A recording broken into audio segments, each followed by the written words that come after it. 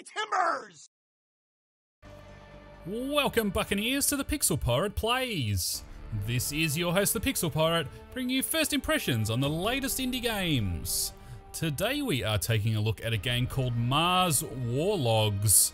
Mars Warlogs is developed by Spiders, oh dear, Spiders, goodness me, and published by Focus Home Interactive. You can currently pick it up on Steam. It just came out today, I believe, for the grand total of $19.99, $20 in the old language. And this game is basically a RPG. It's a science fiction RPG, and it's set on Mars, obviously, it being called Mars Warlogs. So, without further ado, let's get into it. I'll just load my save game here. Now, of course, it being an RPG, it does have skills, it does have equipment and stuff like that. So we'll be going through that. It's going to be...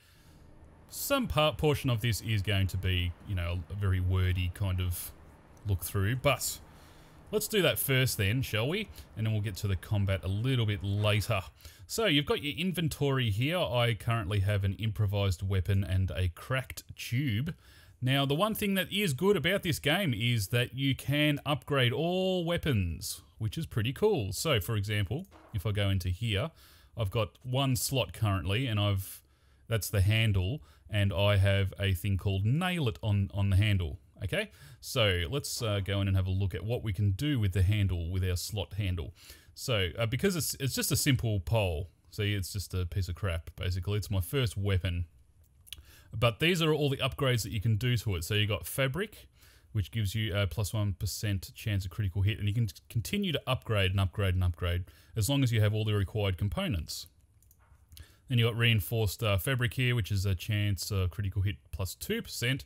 Then you got Nail It, which is plus 1 physical damage, and then Anti-Skid, physical damage and physical damage reduction, and Handguard finally, which is just physical damage reduction. So you can only have one of these, I believe, in the slot handle, and I currently have Nail It. Now, I need more hardware, which is stuff you just find by going around the levels and picking stuff up. And I've only got 2 of those, and I need 4 if I want to upgrade it again. So I have enough cloth there, 10 out of 4 as you can see. So all these things need different stuff. So Anti-Skid needs leather, I've only got 1 leather and a couple of cloth. And then Handguard needs scrap metal, just like Fabric for some reason. I don't know why Fabric needs scrap metal, but anyway. It's not often RPGs make any sense whatsoever when it comes to upgrading things. But yeah, that is basically the long and short of how to upgrade weapons. And then of course you have armors which do the same thing. Got items, so I've got a health injection pack, nail gun ammo and stuff like that. Oh, I've got a nail gun. Ooh, hello. It's already equipped. Right, and then components. So these are all the components that I use to actually create things. I'm not sure if you actually combine these to make different stuff or what the go is here as far as why there's a list here, but anyway. That's not really important to our first impressions just now. So then you have your character. You got feats and attributes. Feats are basically skills. So I have, well, they're kind of skills anyway. So for example, Quick Learner lets you get experience, 10% more experience from combat, 20% experience for combat spirit. That's experience as well. Unlocks new craftable weapons. Transformer enables transforming of rare components with the crafting kit. So there's a few here, and basically all of them are fairly, shall we say, the useful. Like there's not anything in skills or in feats or anywhere, in fact, that are completely useless. So then we have attributes, and basically that's just your stats. So your current health and all your stats are surrounding that, your defense, attack, guard break, and so on and so forth. Then you have skills, and it's got a skill tree of sorts with 3 branches. You have the Renegade skill tree, the Technomancy skill tree, which I can't access yet, and finally the Combat skill tree. So just having a look at a couple of these. I've upgraded my first aids, which allows me to keep moving while using an injection pack. If I upgrade it again, I get plus 25 maximum life. And the third time, health injections give 5% more health per second. And then next one along is Deadly Shadow, attacks from behind, 50% more damage, and then so on and so forth. So you upgrade, I believe you upgrade each one 3 times, and it gives you different things each time. So even though the skill tree actually looks small, it's not, because you actually upgrade everything 3 times. So it's actually quite large. It's triple the size, in fact. Then you got combat here, and you got minus 25 damage received while evading, minus 50 damage received while evading. That doesn't, oh, that's that's the next one, right? I was gonna say you get all that at once. That doesn't make any sense. And then what's this one? Tough skin, plus 5 physical damage reduction, and so on and so forth. So that's basically like the skill tree. Yeah, it's basic stuff, but it's all useful. So it all helps you out immensely. There's not anything that's useless in there that I've found anyway. Maybe the Technomancy, I don't know. That's basically magic, I believe. The current impression, first impression, of course, this is what this video is all about, is that the skill tree is fairly good. And then finally, you got your war log. So you got your quests here. You know, you got your tick boxes. That's pretty standard. And you got side quests.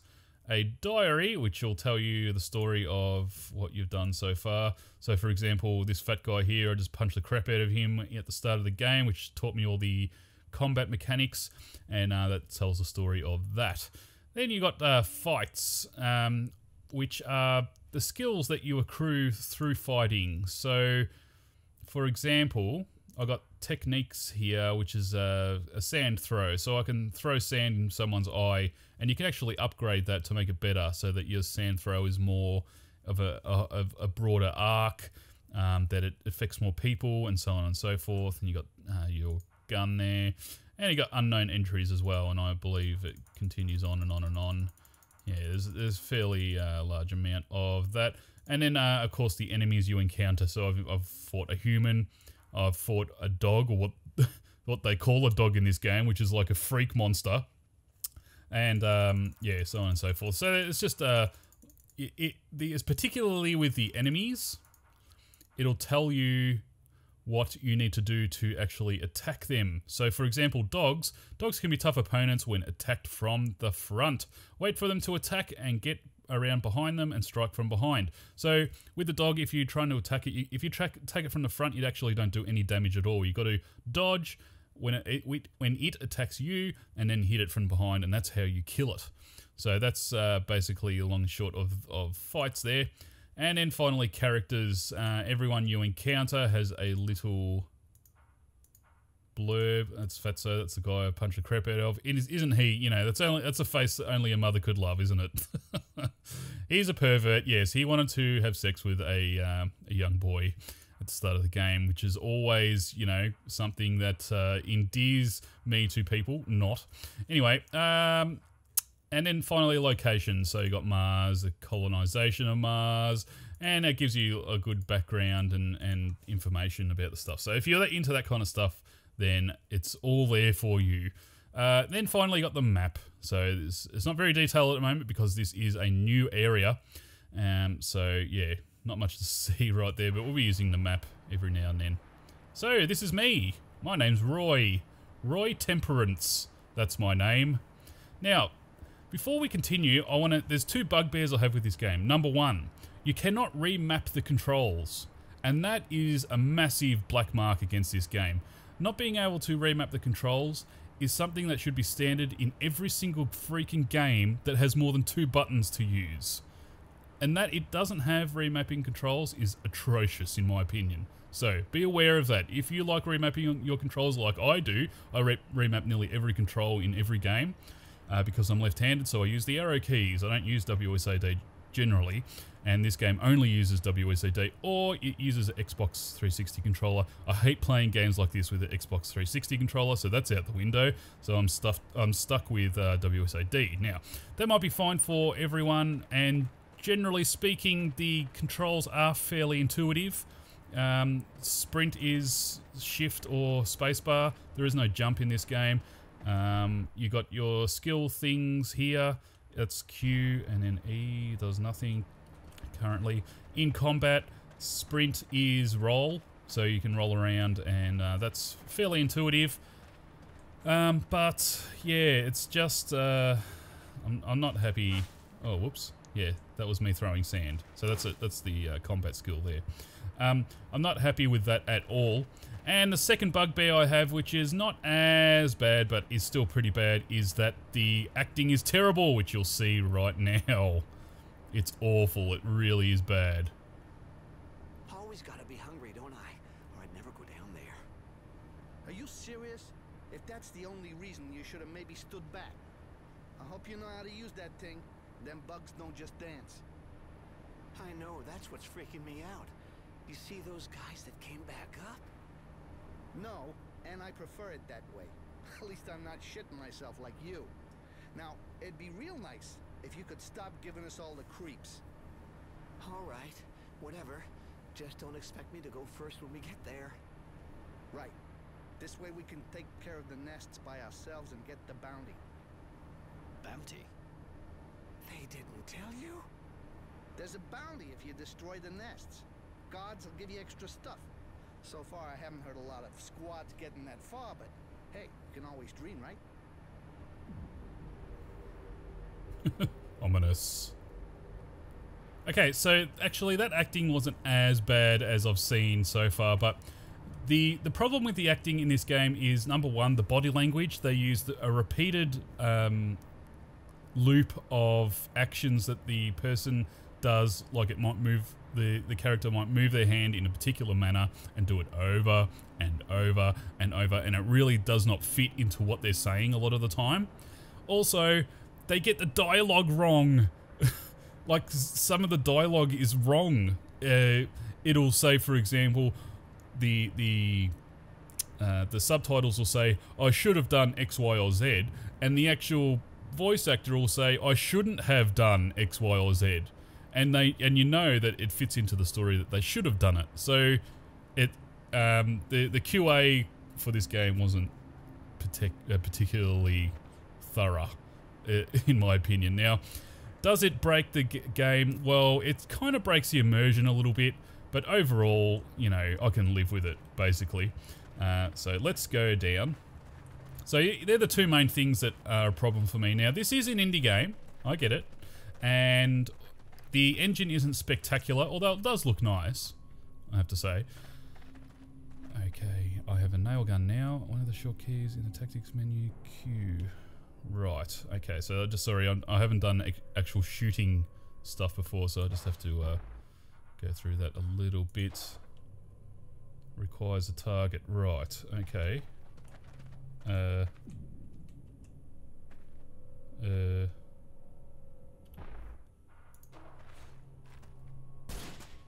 we go. Oh, good lord. What in the crap are those things? This is not good. Alright.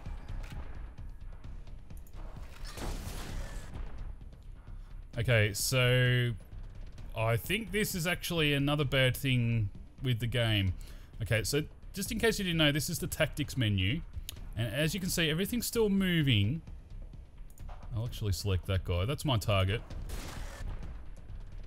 And I'll do that again. Now, with the hand-to-hand combat, it's actually freeform. Like, you can just go up and whack the crap out of people. With the shooting, it seems that it's not that. Which kind of sucks. Although it is an RPG, and you kind of expect that kind of combat in RPGs, but still. It's not good. I'm really not liking that. Okay, and now I can't move side to side for some reason. Alright, whatever. Let's go whack this thing. Yeah, so I don't need to target the ability and then use it when I'm using melee weapons. But I do need to do that with... Oh, now I can move side to side. Okay. Destroy a nest, son of a bitch! Glad we're in the same squad, buddy. Yeah, it's great. But I think we could have got a couple on the quad before the others showed up. Give it a shot next time? Yeah. It's kind of not showing what I mean with the acting.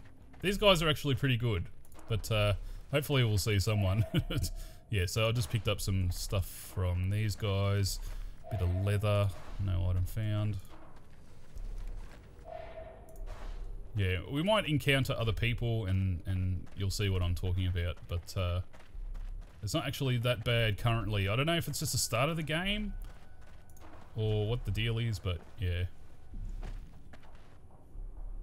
The other slight issue I have with the game is that when you do things like climb down something, open a door, or anything like that. These guys are already pretty ugly dead. The guard up top said if we came across the last squad, we should look for anything useful, so... So shut up, buddy. No, that was it. Okay. So, but, having said that, you can actually skip things, which I'll do right now. So you can skip the action. Let's shoot that guy. So they're really treating shooting as an actual skill rather than... did I miss? Or did I not target him properly? Okay. I'm gonna run out of ammo real quick.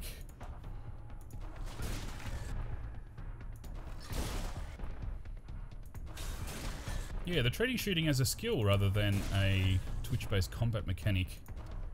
Which they really should have treated it as a Twitch-based combat mechanic, I think. Whack. Okay. Yay, I've leveled up. So, I'll level up and then I will end the video, I think. Yeah, pretty much. Okay, let's go into here and character. No, skill, sorry. Okay, so what should I do, I wonder? Maybe I'll do something around here. What's this one? 5% physical damage reduction. Yeah, why not? Alright, so that's that. Oh, I got 4 points. Wow. Okay. Let's do that again. And then we'll do the health one, because that gives you plus 25 maximum life. Definitely a good thing. There is also stealth mechanics in this game. Allows parry attacks coming from any side. Allows to parry projectiles. Wow, that's pretty good. Minus 25% damage while evading.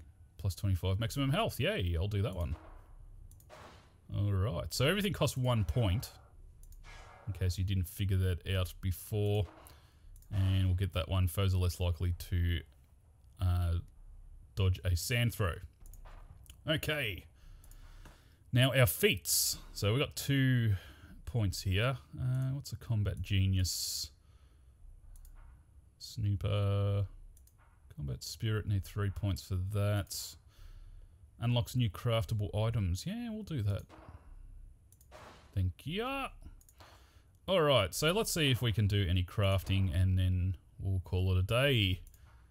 So I can pretty much create everything except that.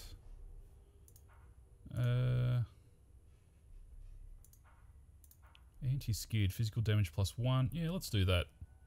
Upgrade.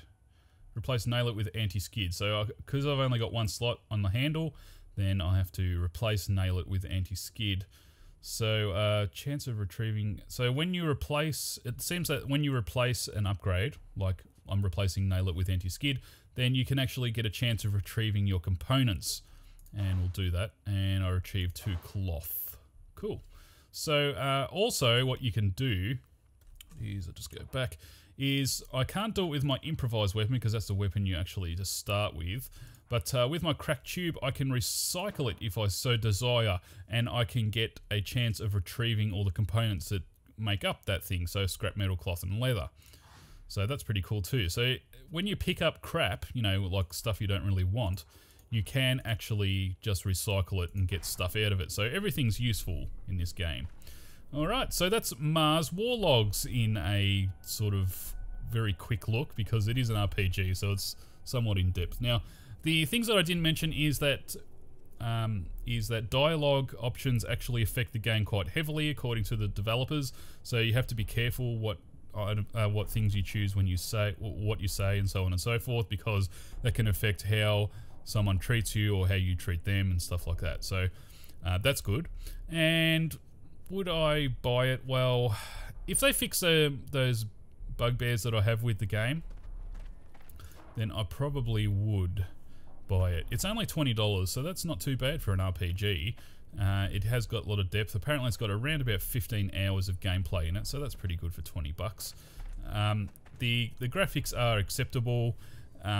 The voice acting I can live with. It's just the rebindable keys, really. If they fix that, then I would not have a problem with this game, really, aside from some minor issues. So, as I said, you can pick it up from Steam for a grand total of $20. This has been your host, The Pixel Pirate. Thanks everyone for watching, and we'll see you next time.